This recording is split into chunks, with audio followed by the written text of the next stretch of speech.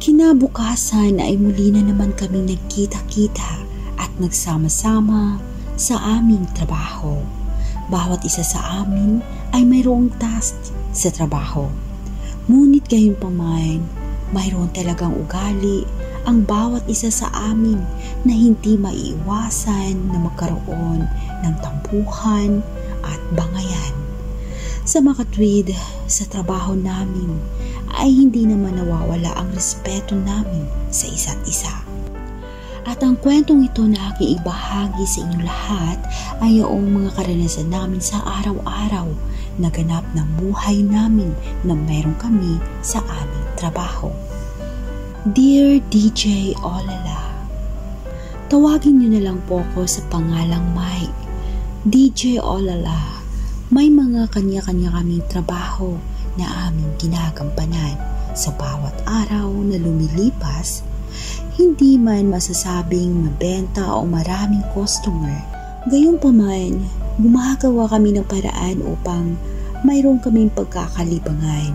Nakakahiligan ko ang manood ng movie sa YouTube, samantala ang tropa namin si George ay nakahiligang maglaro ng scatter online game.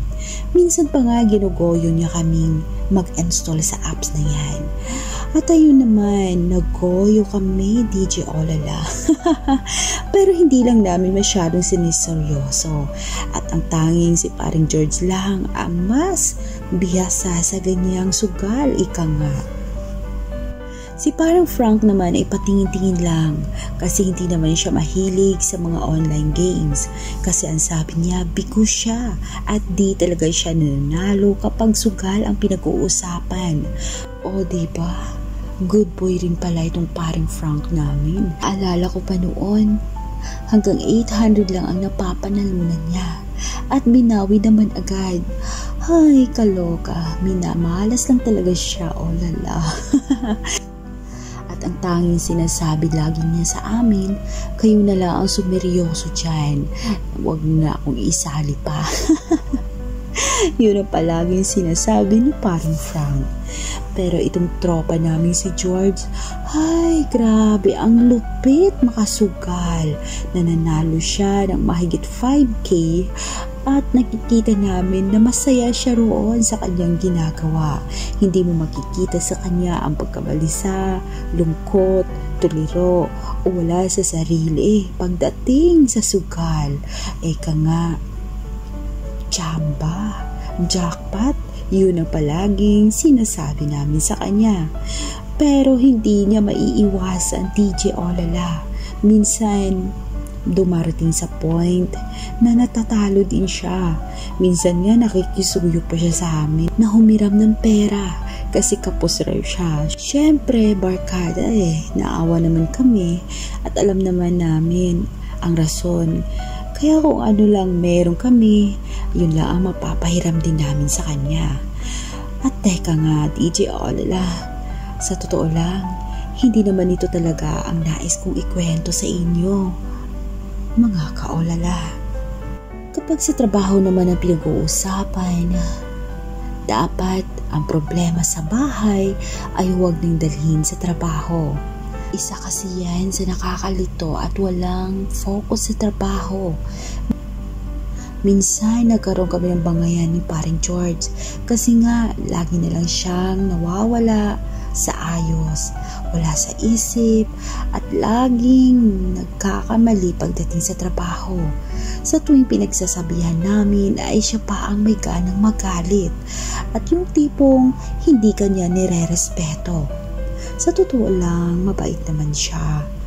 Pero, ang problema lang sa kanya ay hindi niya sinusunod kung ano man ang mas dapat gawin ng tama. At pakiramdam niya kasi may lamang ang nagaganap sa aming barkada. Pero sa isip lang niya yun. Minsan nag-iisip kami ng tatlo ni paring Ruel at Frank na ano ba ang dapat namin gawin kay paring George. Kasi naman, ilang beses nang paulit-ulit na lang namin siyang pinapaalahanan. Hindi niya pa rin inaayos ang trabaho niya. At ayun na nga, Pinagdidesisyon na namin si paring Frank kasi siya ang aming manager. Kaya nire-respeto namin kung ano man ang naging desisyon niya at yun naman ang aming susundin. At sa pag-uusap namin yun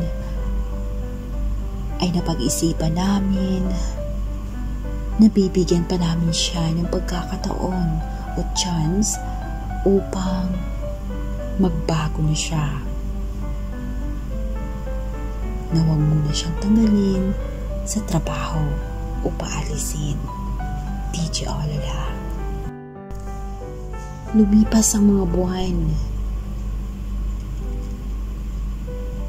Nakikitaan naman namin siya ng magandang performance. Mukhang nagbago na yata at nakapag-isip na ayusin niya ang kanyang trabaho.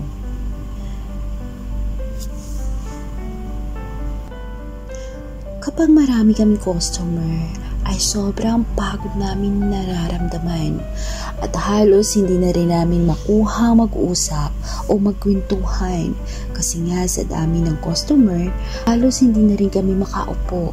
Kaya naman natutuwa kami kapag ganyan. Ang saya tingnan kasi nga naman hindi mababa ang sales namin. At syempre, ikakatuwa ng amo namin yun. Pero ayos lang. At syempre, ang pinakamahalaga doon, DJ Olala, ay yung buo pa rin ang matatanggap naming sweldo. Hanggang sa nagkaroon ng problema sa aming trabaho. Mayroon kaming naging isang customer at nag-complain ng hindi maganda sa may-ari. At ang isa pa, sobra kaming na-tense.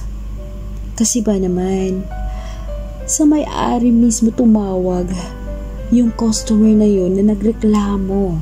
Syempre, hindi naman nagdalawang isip ang may-ari na magtanong kung sino ang in charge sa customer na yon.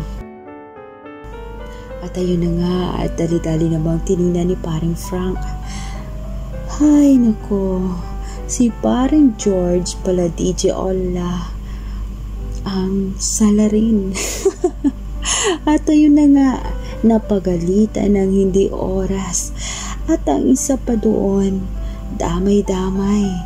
Damay-damay kami lahat, lalo na si paring Frank. Siyempre, siya talaga ang pagbubuntunan ng galit ng may-ari. Kasi nga raw, siya yung manager doon. Dapat laging i-check ng mabuti ang mga orders bago i-deliver. Si paring Frank kasi, ang ugali niya ay tahimik at mabait. At hindi siya bossy, ika nga. Hindi siya yung tipong palautos. At yun ang hindi ugali ni paring Frank. At yun din ang nagustuhan namin sa kanya. Kaya naman gumagawa ng paraan upang maging maayos ang lahat. Mahinahon siya sa lahat ng bagay. At bilib na bilib kami sa kanya. Kasi sinusolusyonan niya agad kung ano man ang problema na dumarating at kinakaharap sa aming trabaho. Minsan nagkaroon ng hindi pagkakaunawaan yung dalawa, lalo na si George at paring Ruel. Ay nako, talaga naman DJ Olala, itong si paring George sobra parang demanding, ika nga. Siya lang naman talagang lagi nagbibigay ng sakit ng ulo sa aming lahat. Habang abala ang lahat ay bigla na lang narinig namin si paring George na tumaas ang boses at para bang nagdadabog. Kumbaga, pabalang pa ang sagot niya.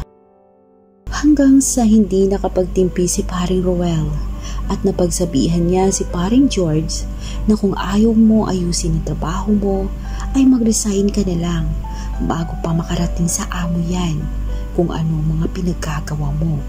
Sa inis nilang dalawa ay nagkaroon ng palitan ng salita na hindi magaganda At syempre inalam namin kung ano ba ang pinag-umpisahan ng kanilang bangayan at kung bakit umabot sa ganitong sitwasyon. At ayun na nga DJ Olala, pinaliwanag naman sa amin ni Paring Ruel ang nangyari.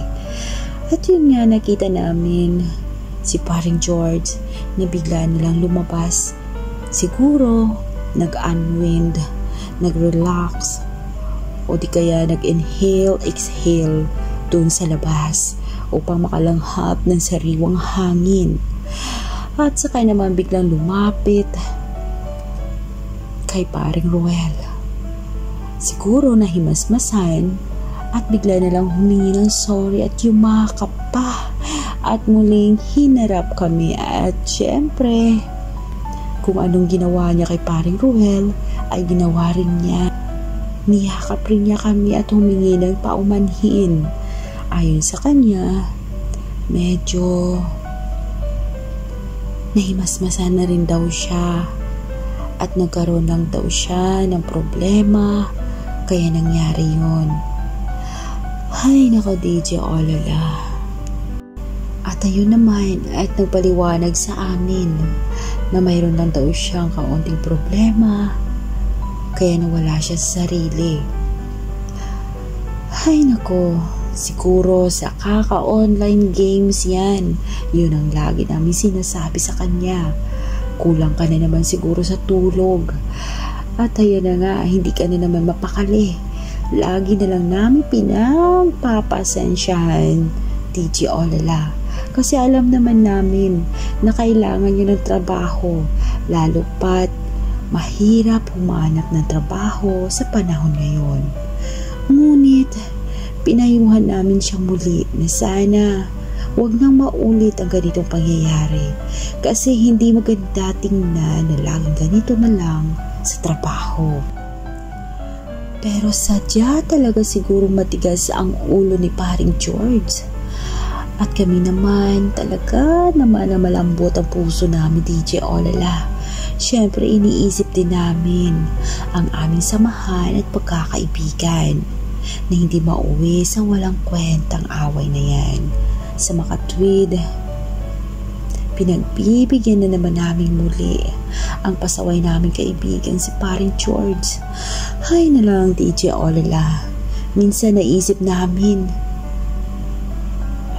na sana hindi na umabot sa may-ari ang ganitong pangyayari. Kasi syempre DJ Olala, ayaw din namin siya na mahirapan. Ayaw din namin siya na makikitang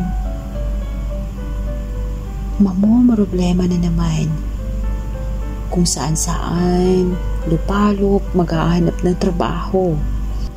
Minsan nga naisip namin nakakasama din ang loob tong ginagawa ni Paring George sa amin.